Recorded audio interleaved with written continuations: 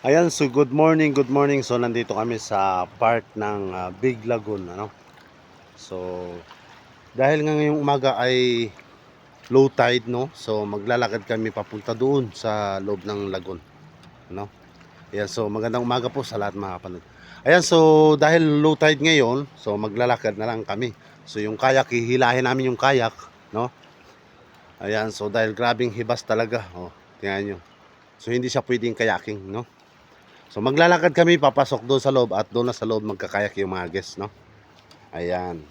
Kaya nakikita nyo naman sobrang hibas, no. Ayan, so ayan, so maglalakad hanggang doon sa dulo, no. Ayan. Ayan, so dahil wala tayong sinilas, no. Medyo masakit maglakad dito sa kabatuhan. Ayan, so yung aking kasama nandoon na. At siyempre, meron pa rin parating ibang guest. So yan, maglalakad din sila. Yan.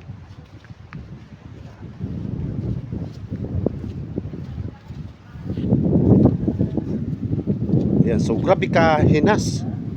No? Kung nakikita nyo, grabe kahinas dito sa Big Lagoon. At ayan nga pala, kasalubong ko si Kuya Chris, no? Ayun, no? Napakagwapo ng tour guide na ito. Ayan. Claro.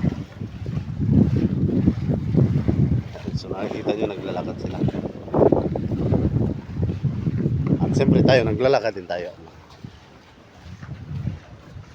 Ayan, so naglalakad sila. Hello! Ayan, so